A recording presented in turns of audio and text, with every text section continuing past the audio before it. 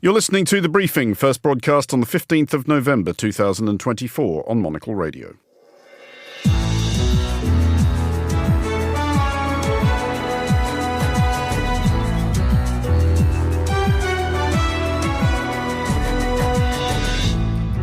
Hello and welcome to The Briefing, coming to you live from Studio 2 here at Midori House in London. I'm Andrew Muller. Coming up on today's programme. Hello, Andrew. I'm Fernando Augusto Pacheco, and today we head to beautiful Rio de Janeiro to discuss what the G20 meeting means to Brazil. And we'll also be looking at what the G20 leaders will be discussing once they get to Rio. Also ahead. The only thing the prosecution is interested in is Marine Le Pen. To ask once again for my exclusion from politics with immediate effect, and then the national rally so they can ruin the party. Might France's far-right national rally need to find another figurehead? Later in the show, we'll find out how close London motorists came to having to pay by the mile, and we'll wrap up the latest headlines across Asia. That's all coming up right here on The Briefing on Monocle Radio.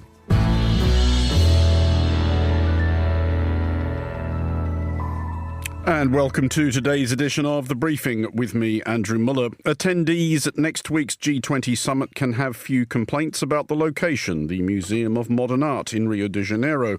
It will be the first time that Brazil has hosted the gathering of leaders of the world's bigger economies, and the second time South America has. The agenda will likely be dominated by the ramifications of the decision made last week by the voters of the United States, but the pet project of the host, Brazilian President Luiz Inácio Lula da Silva, is to advance plans to make it more difficult for billionaires to hide their money where taxation authorities cannot find it. I'm joined now by Latika Burke, editor-at-large for The Nightly, and by Monocle's senior correspondent, Fernando Augusto Pacheco. Fernando, this is, well, it's not quite your hometown this is happening in, but it is your homeland. How big a deal is this for Brazil?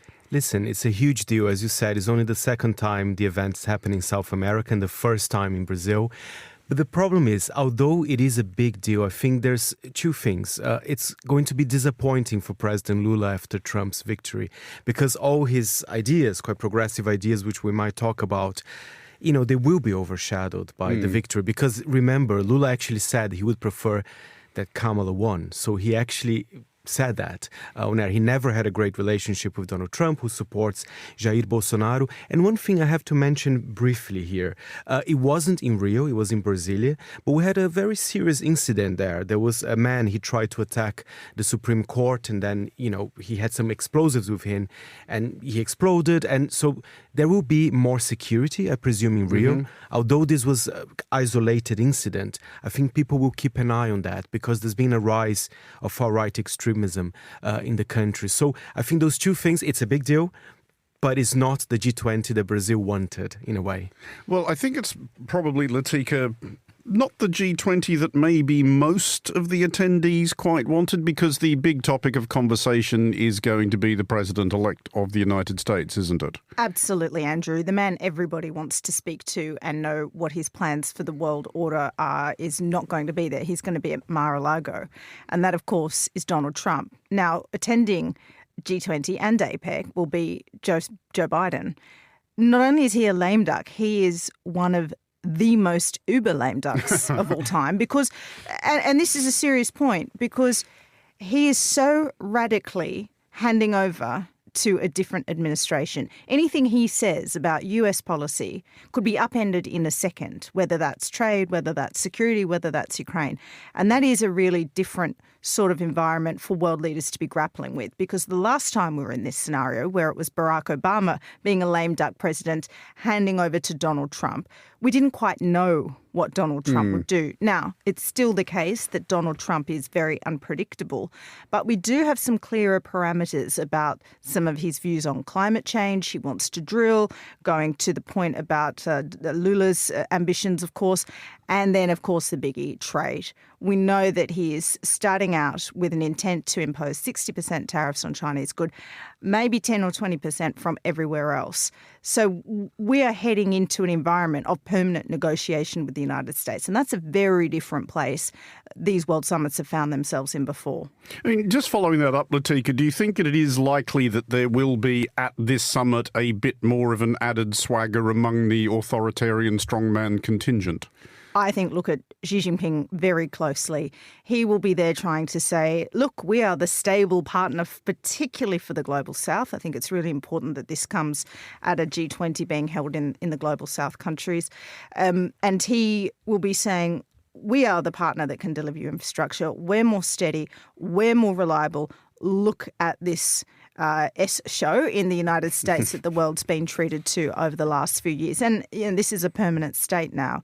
The fact that the American voters have voted Donald Trump not in just once but twice shows MAGA is something that the American people want and want to project onto the world. So that's a new reality that the world has to grapple with over these next 4 years. I mean, Fernando, you mentioned earlier that this was not the preferred outcome in the US election of President Lula. I mean, I don't think that's a surprise to anybody. It would have been a considerable eyebrow archer had he endorsed Donald Trump. But this is probably not encouraging, is it, for his plans for a universalizing to an extent of tax regimes, so it does become more difficult for the hyper-rich to hide their stuff in various places. I mean, a Trump-led United States is not going to be helpful, is it?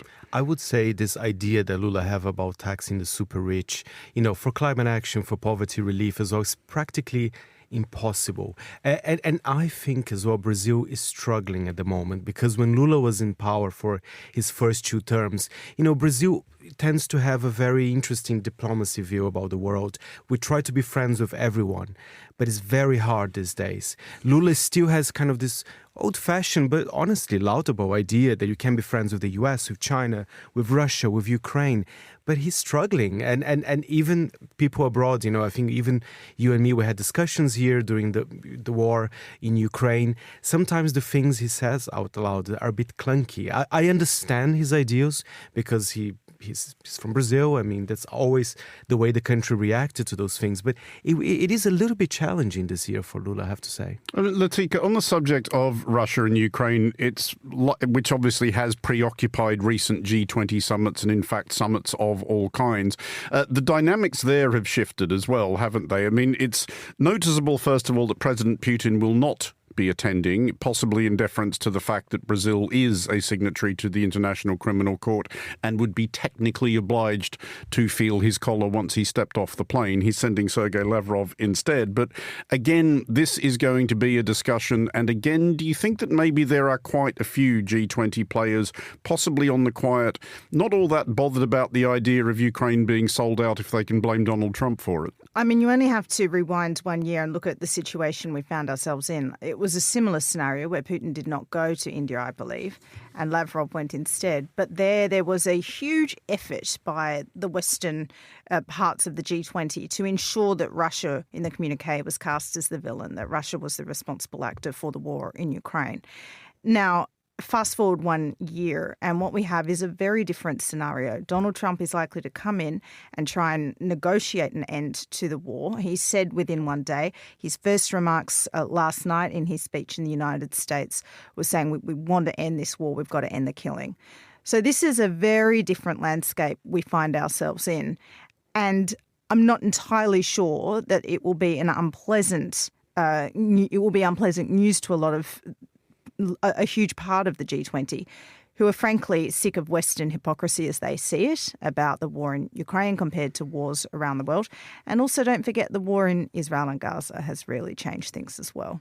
Just finally on this, Latika, is it arguable, and no offence to Brazil, Fernando, who's clearly very excited about hosting this event, that the real thing to watch is not going to be this event itself, but which leaders go home via Mar-a-Lago? Absolutely. I mean, this has been a clarion call from governments right around the world. In Australia, I've just returned home from a trip there yesterday, and it was really funny. The opposition's there calling on the Labor government, the Labor Prime Minister, well, are you going to stop in via Mar-a-Lago on the way home?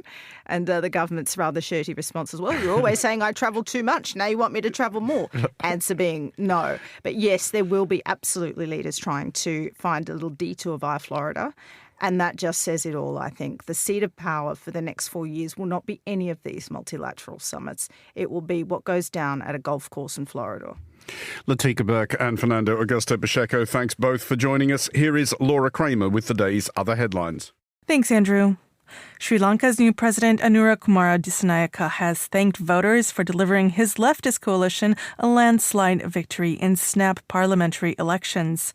The coalition secured nearly 62% of the vote, a strong rejection of the country's traditional parties, which many blame for the recent economic crisis. Lebanese officials say an Israeli airstrike killed at least 12 rescue workers overnight inside a civil defense center east city of Baalbek. Lebanon's civil defense forces have no affiliation with the militant group Hezbollah. Officials say at least 190 emergency and medical workers have been killed in the war so far. And South Korea's main opposition leader, Lee Jae-myung, has received a suspended one-year prison sentence for breaking election laws. He plans to appeal, but if the decision stands, he could lose his parliamentary seat and be barred from running in the 2027 presidential election. Those are the day's headlines. Back to you, Andrew. Thank you, Laura. You are listening to The Briefing. I'm Andrew Muller. With the 2024 US presidential election in the books, what remains of the liberal democratic world can now work towards getting properly anxious about the 2027 French presidential election. It is generally assumed that National Rally leader Marine Le Pen wishes to take her fourth shot at the title, and the opponent who has beaten her in the last two second-round runoffs, President Emmanuel Macron, will be term limited.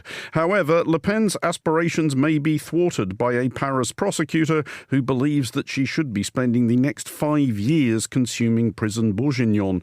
Marie Leconte, the political journalist and author, joins us now in the studio. Marie, first of all, can you explain briskly what Marine Le Pen is on the hook for? So her and I think around 20 other senior figures from the National Rally Party are accused of having hired staffers on EU money, essentially, but only using those people to work on very political matter, mostly in France. So some people apparently never even stepped foot in the European Parliament, which would make it hard to work on European matters. And obviously the EU is very, very against that because, the funds that are allocated to work on kind of EU-related stuff. And so, yes, they're all currently under trial in Europe. But this is potentially quite serious. This is large fines, possible prison sentence, and possibly more pertinent to the future direction of France and the free world, exclusion from seeking public office. Yes, so it is very unlikely that Marine Le Pen would ever actually spend any time in prison. It's called a convertible sentence, meaning that, they could find other ways of punishing her, but there would be large fines. And yes, most importantly, she could be banned from standing in any election for up to 5 years. But crucially as well, what the prosecutor is arguing for is that that sentence should not be able to, so should kind of be enforced even before she has a chance to appeal, I suppose. So it would not be a case of being able to kick the can down the road by appealing and appealing again. So, fingers crossed he could still stand in the next election, whatever happens. It would be a case of if she gets sentenced, then that would be it for those 5 years. And so she would definitely miss the next election. I mean, we have seen in one obvious jurisdiction a demonstration that a criminal conviction does not necessarily deter a plurality of voters. But is France different from the United States in that respect? Is this a thing whereby actual supporters of Marine Le Pen might go, I'm not really voting for a convicted crook? Well, so I think we have a great and proud tradition in the French Republic of electing crooked politicians. Mm-hmm. So I don't believe that would necessarily be the end of everything for Marine Le Pen if she were to be found guilty. Because again, and I've never said those words out loud, but to be fair to her, she really would not be the only sort of, major French politician who dipped their hand in the jar at one point or another. In fairness, they're usually convicted after they've left office, though, rather than before they've gained it.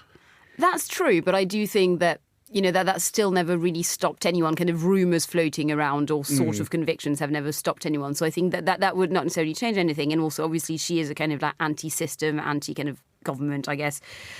Anti-mainstream, politics candidate. So she could definitely go for quite a Trumpian sort of, they're just out to get me. And she's already done that. So I found that quite interesting. She spoke of herself in the third person outside the court the other day and said... always the sign of an ordered mind. Well, yes, there's someone who's doing great, I think, is what I find. So the only thing that interests the prosecutors is being able to request the exclusion of Marine Le Pen from political life and then ruin the national rally. So again, she's already kind of playing that angle of saying this is entirely politically motivated. They can't beat me at the ballot box, and so they're just trying to get me out of the game entirely. I mean, there's an implicit admission from Marine Le Pen there that the national rally is a one-woman band, or at least a suggestion that it's that, which I can see might be a case she wants to make. But is that the case? If she is excluded from office or in the clink, is there an obvious successor? There is. So Jordan Bardella, who is one of the main kind of figures of the party now, who's very young, was not implicated at all in this scandal. So he would be able to run. And I think he's widely assumed to be the person they'd run. And he does have quite good name recognition in France now. So it would not be the case that I think, if she has to go to prison or get sentenced, then there will be no one left. Annoyingly, one might say, there is still one senior sort of known figure in the national rally, who could actually run for president. But again, is very young. And I think, I don't want to guess what may happen in a few years, but the French electorate already voted in, a kind of like young, fragrant, vaguely unknown president not too long ago, and I think has bitterly regretted it since. I'm not sure they would vote for the same, but on the far right. Well, on the subject of the young, unknown, fragrant, vaguely young president, he, as I was saying at the top, cannot run again in 2027. Is there any idea yet over, if we assume that Marine Le Pen or a national rally candidate will be in the second round in 2027, is there any idea yet of who might be the non-fascist adjacent candidate? Absolutely not, is the very short answer. The slightly longer one is that I think the left coalition very much had some highs and lows this year in that, they did manage to actually coalesce and make this kind of large group for the snap election earlier this year. They reached the top of the votes, and they did very well in that, but then they did descend into bitter, horrible infighting immediately afterwards. So I could say that, they can be electorally successful. I think if the left could agree on one candidate, maybe, they've got the votes out there, but could they do that? Yeah. And the centre-right remains sort of nowhere to be seen. So, no, we have truly no idea. But it is worth saying that in 2017, but by this time, I guess, in the political cycle, Macron had still not announced that he would run for president. So a lot can change over the next few years. And just to go back quickly to where we came in, what are the next steps in the prosecution, or as she sees it, persecution of Marine Le Pen? So I believe we'll know quite soon, actually. The case should entirely be done by the end of the month, I think. And maybe I think the sentencing is meant to happen very early next year. So at least it's not going to drag on for a very long time. So we're not sure yet, what the conclusion will be, but we'll know very soon. Marie Lecomte, thank you as always for joining us. You're listening to The Briefing on Monocle Radio.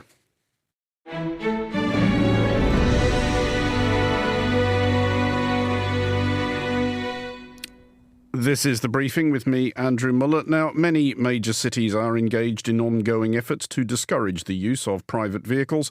One such is the idea of a pay-per-mile scheme, which is exactly what it sounds like it is. London was apparently on the verge of implementing such a thing, to be known as next-generation charging, and introduced in 2026 as a capstone of the current third term of London Mayor Sadiq Khan.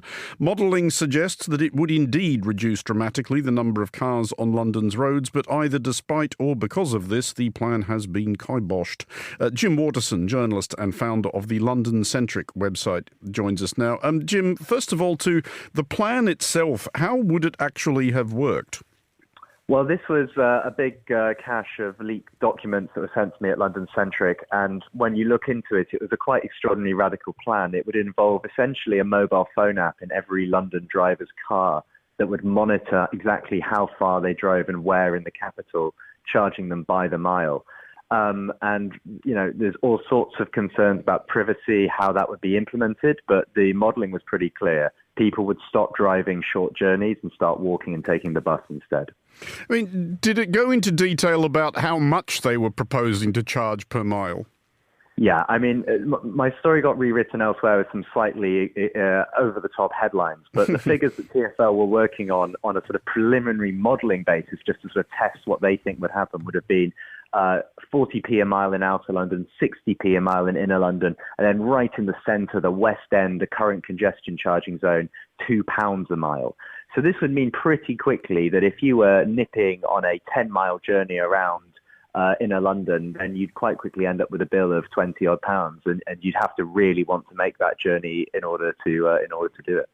These documents you've acquired, as I understand it, do also contain TfL's estimates of what kind of a dent this would make in London's traffic. How dramatic was it?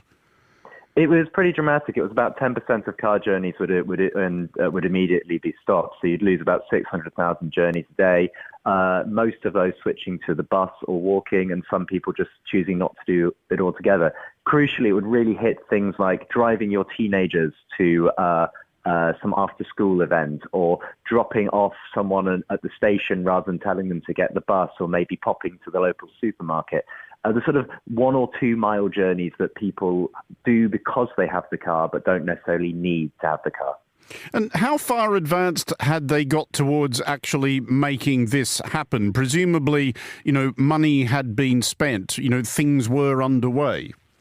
Yeah, so all these documents I've got relate to last summer 2023, and they were very, the whole plan in TfL, based on what I've seen, is that, they were going full speed ahead from this year was the plan, and that within 2 or 3 years, every Londoner will be paying by the mile. What happened in the UK was there was a by-election for a parliamentary seat, which was fought almost entirely on pro or anti-motorist policies, with Labour seen as anti-motorist, and the Conservatives narrowly held on. So suddenly the political weight shifted away from punishing drivers and to worrying that it could cost Keir Starmer's Labour Party the election.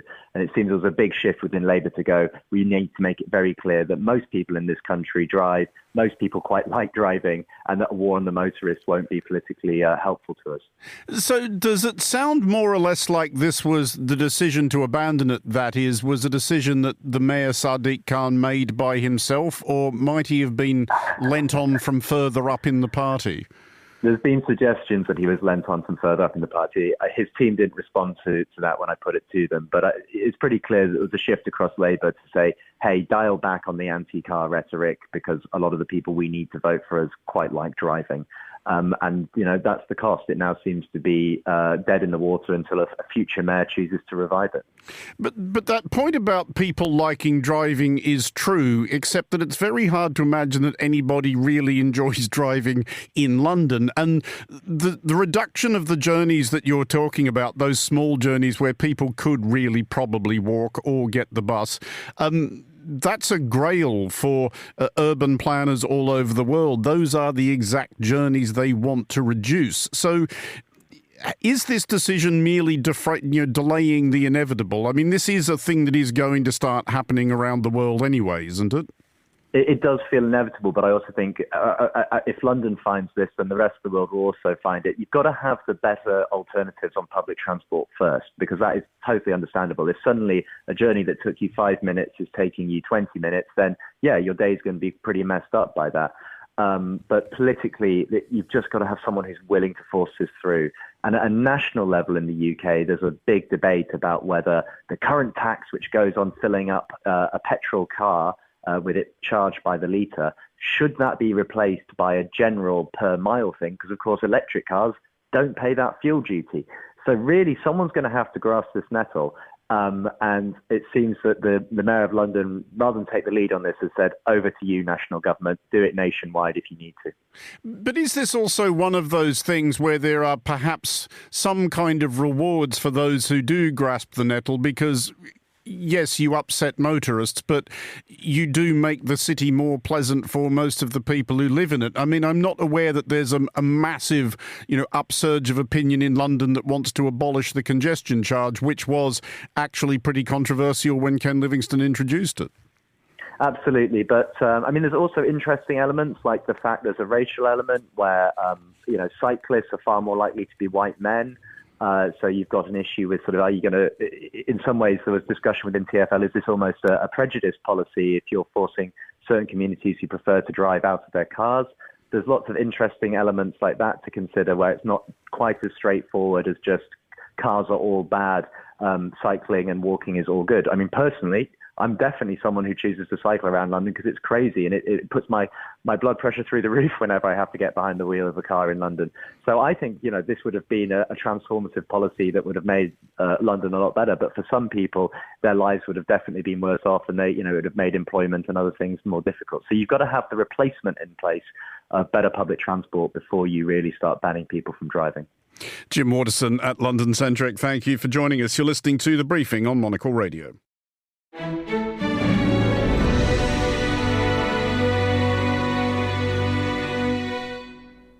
You are back with The Briefing on Monocle Radio. Time now, finally, for a roundup of what is making headlines across Asia. And I'm joined by Erin Cook, Jakarta-based journalist and author of Dari Mulut ke Mulut, a newsletter about Southeast Asia.